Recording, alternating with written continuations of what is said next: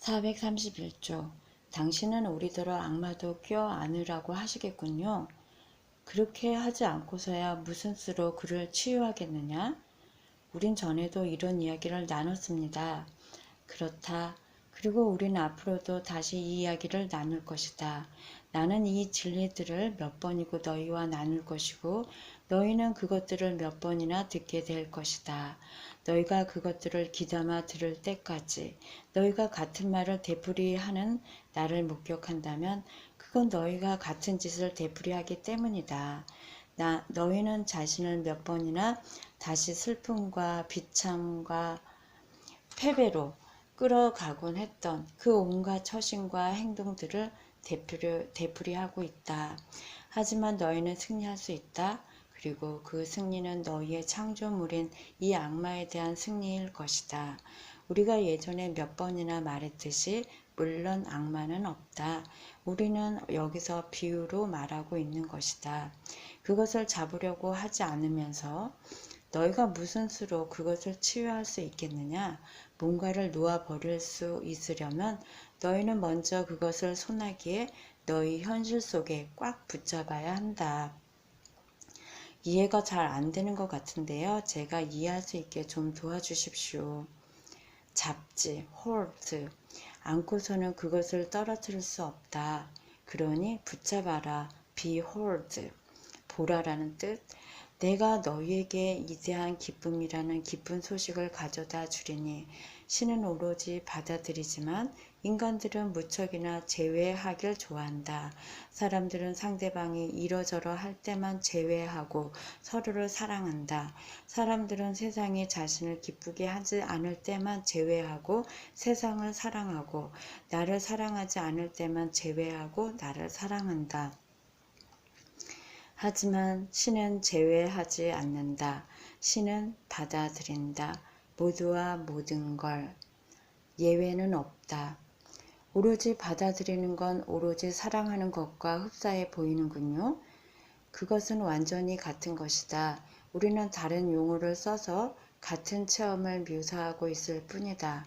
사랑과 받아들임, 이것들은 서로 맞바꿀 수 있는 개념들이다. 뭔가를 바꾸려면 먼저 그것이 거기에 있음을 받아들여야 한다. 뭔가를 사랑하기 위해서도 마찬가지다. 있지 않다고 너희 것이 아니라고 주장하는 자기 부분을 사랑할 수는 없는 법이다. 너희는 자기 것으로 삼고 싶지 않은 자신의 많은 부분들을 자기 것이 아닌 것으로 해왔다. 그런 자기 부분들을 외면했기에 너희는 자신을 오로지 사랑할 수도 따라서 남을 오로지 사랑할 수도 없었다. 데보라 포드가 이 주제를 다룬 멋진 책을 썼죠. 빛을 쫓는 자들의 어두운 면이라고요. 이건 빛을 구하지만 자기 어둠을 다루는 법은 몰라서 바로 그 자리에 있는 선물을 보지 못하는 사람들 이야기죠. 저는 그 책을 보는 사람마다 추천합니다. 그 책을 읽으면 삶을 바꿀 수 있습니다. 그건 받아들임이 왜 그토록 큰 축복인지 아주 명확하면서도 이해할 수 있게 설명해 줍니다. 그렇다, 그건 축복이다. 받아들임이 없었다면 너희는 자신과 남들을 저주했을 것이다. 하지만 사랑과 받아들임이 있기에 너희는 만나는 모든 사람들을 축복할 수 있다. 너희가 오로지 사랑하고 오로지 받아들일 때 너희는 오로지 축복하게 된다. 그리고 이것은 너희와 다른 모든 사람들을 오로지 기쁘게 해준다. 모든 것이 함께 흘러가고 모든 것이 다른 모든 것과 연결되어 있다.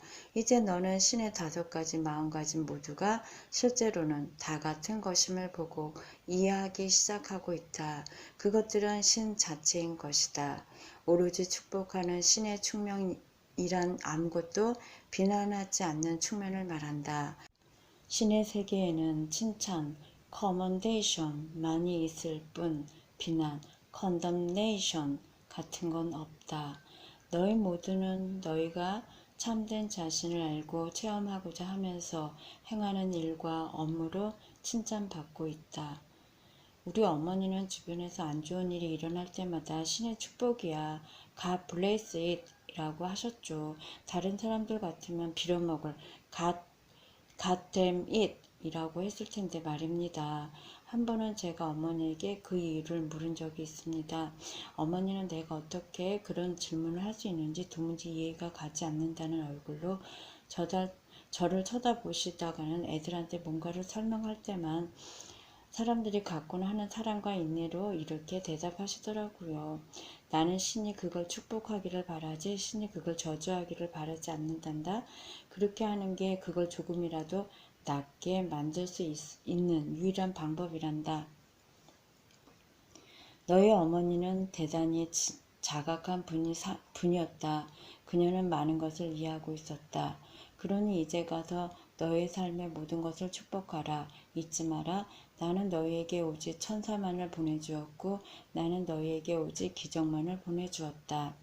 뭔가를 축복한다는 게 어떤 겁니까? 그게 뭘 말하는 건지 무슨 의미인지 이해가 가지 않아서요. 너가 그것에 너의 최상의 에너지, 너의 최고의 생각들을 줄 때 너는 그것을 축복하고 있는 것이다. 내 최상의 에너지, 최고의 생각들을 내가 싫어하는 것들에 주어야 한다는 말입니까? 전쟁 같은 것에요? 폭력이나 탐욕이에요? 불쾌한 사람이나 무인정한 정책들이에요? 이해가 안 가는군요. 내가 이런 것들을 축복할 수는 없죠. 하지만 그것들이 바뀌려 할 때 필요로 하는 것이 바로 그런 것들, 너의 최상의 에너지와 너의 최고의 생각들이다. 이해가 안 가느냐? 그것들을 비난하는 것만으로는 아무것도 바꿀 수 없다. 사실 너희는 말 그대로 그것이 되풀이 되라고 비난하는 것이다. 이유 없는 살인과 무정한 편견과 광범위한 폭력, 무제한의 탐욕을 비난해서 안 된다고요? 너는 어떤 것도 비난해서 안 된다. 어떤 것도요? 아무것도. 내가 심판하지도 비난하지도 마라고 너희에게 말하도록 내 교사들을 보내지 않았느냐? 하지만 우리가 아무것도 비난하지 않는다면 그건 모든 걸 승인하는 것 아닌가요? 비난하지 않는 것이 바꾸지 않겠다는 뜻은 아니다. 뭔가를 비난하지 않겠다고 해서 그것이 너희가 그것을 승인했음을 뜻하지는 않는다. 그건 그냥 너희가 그것을 심판하기를 거부했다는 뜻이다. 반면에 너희는 여전히 다른 것을 선택할 수 있다. 변화하겠다는 선택이 반드시 분노에서 나와야 하는 건 아니다. 사실 너희가 변화에 얼마에 실제로 영향을 미치는가는 너희의 분노가 얼마나 줄어드는가에 정비례한다. 사람들은 흔히 변화를 추구하는 자신을 정당화하는 수단으로 분노를 사용하고 분노하는 자신을 정당화하는 수단으로 비판을 사용한다. 너희는 이것을 둘러싸고 온갖 드라마들을 창조하면서 자신의 심판을 정당하기 위해 굳이 상처를 들춰내곤 했다. 너희 중 다수가 관계를 이런 식으로 끝낸다. 너희는 그냥 나는 마무리되었어. 지금 같은 시기에 이 관계는 더 이상 내게 도움이 안 돼 라고 말하는 기술을 배우지 못했다. 너희는 우선 상처를 들춰내기를 고집하다가 심판으로 옮겨가고 거기서 다시 자신이 만들어내려는 변화를 어쨌든 정당화하기 위해 분노를 터뜨린다. 마치 분노 없이는 너희가 원하는 것을 가질 수 없고 너희가 싫어하는 것을 바꿀 수 없기라도 한 것처럼.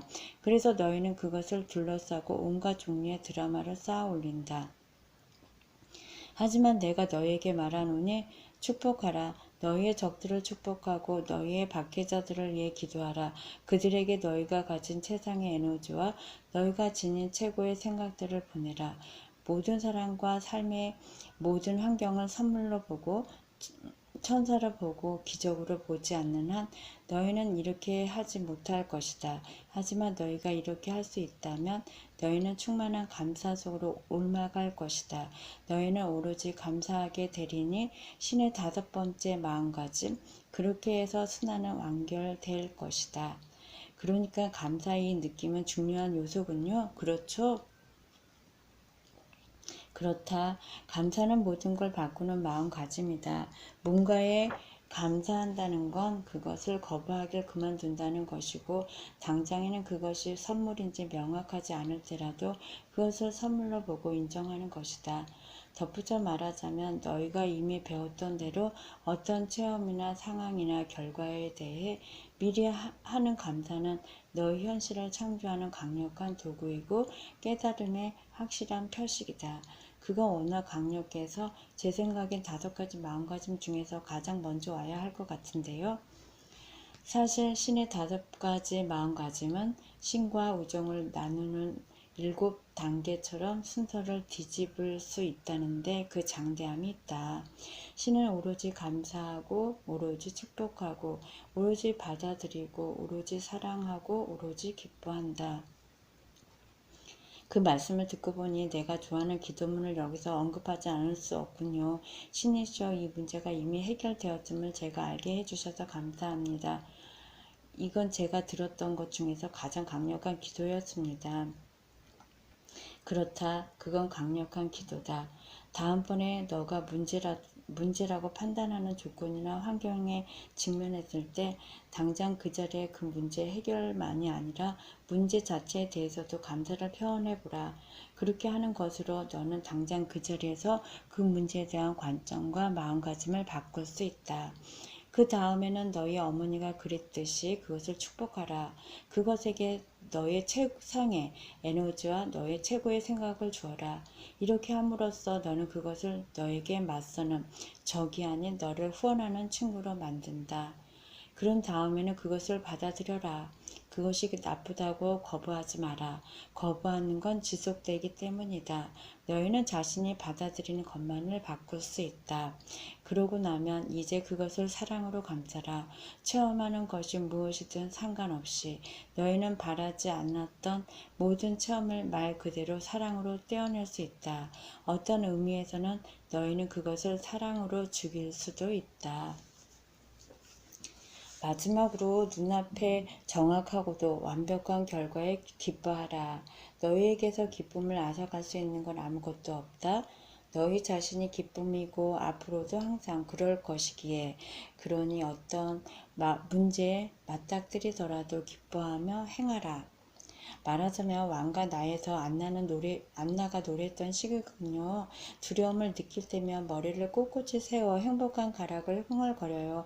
아무도 내가 겁낸다는 걸 모르도록요.